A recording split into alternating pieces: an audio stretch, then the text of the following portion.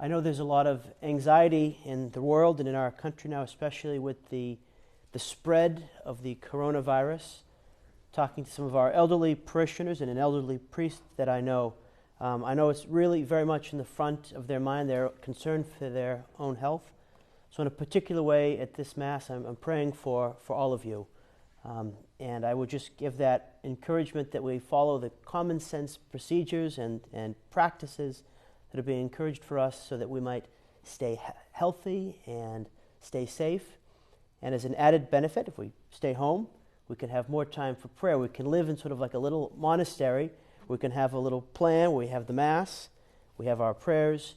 And in this way, we can dedicate our whole day to God. In our gospel today, we see this story which we hear very often. We hear again and again the story of the rich man whose name we do not know, and Lazarus. St. Gregory the Great, commenting on this passage, says that the rich man went to hell not because of his wealth, but because of his egoism and his infidelity. And that Lazarus went to heaven not because of his poverty, but because of his humility. And I think the lesson here for us to learn is our approach to the things that we have.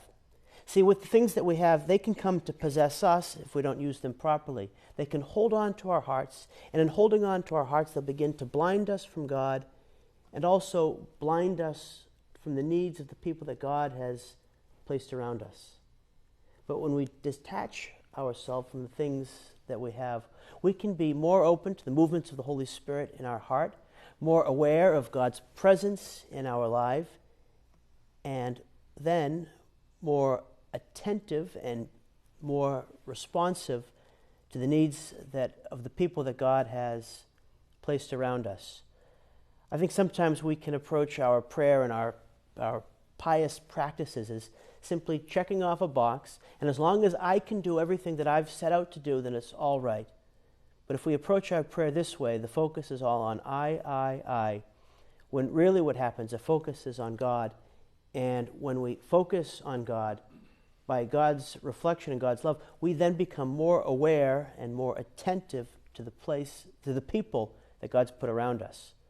Because our prayer shouldn't be self-centered or egoistic, but rather reflective of God's love, which always goes out to touch the people that are placed around us. So my prayer for you today, and my prayer for me, is that we might have the humility that Lazarus had, so that we can look to God for everything that we need, and then also look to our brothers and sisters and help them as we can.